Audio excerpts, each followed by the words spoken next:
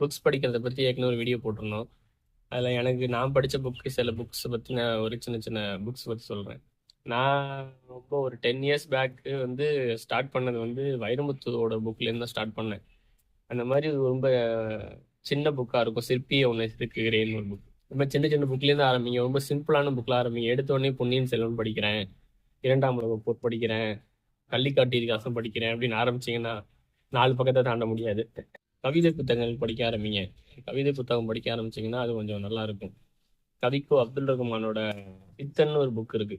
அந்த புக்கு படிக்க ரொம்ப இன்ட்ரெஸ்டிங்காக இருக்கும். அந்த புக்லேருந்து ஸ்டார்ட் பண்ணீங்கன்னா கூட உங்களுக்கு கொஞ்சம் ஈஸியாக இருக்கும். புக் படிக்க பழக்கம் வர்றதுக்கு கொஞ்சம் ஈஸியாக இருக்கும். கோபிநாத்தோட ஒரு புக் இருக்கு. ப்ளீஸ் இந்த புக்கை வாங்காதீங்க அப்படின்னு சொல்லிட்டு கோபிநாத் சாரோட ஒரு புக் இருக்கு. அந்த புக்கை பற்றி அந்த வந்த டைம்ல ரொம்ப ஃபெமிலியராக இருந்தது. இப்போ அந்த புக்கை பற்றி எத்தனை பேருக்கு தெரியும்னு எனக்கு தெரியல. ஸோ அந்த புக்கெல்லாம் வாங்கி படிச்சிங்கன்னா கொஞ்சம் ஈஸியாக இருக்கும் படிக்கிறதுக்கு. ரொம்ப போரிங்காக இருக்காது. ரொம்ப கனெக்ட் ஆகிறதுக்கு கொஞ்சம் ஈஸியாக இருக்கும்.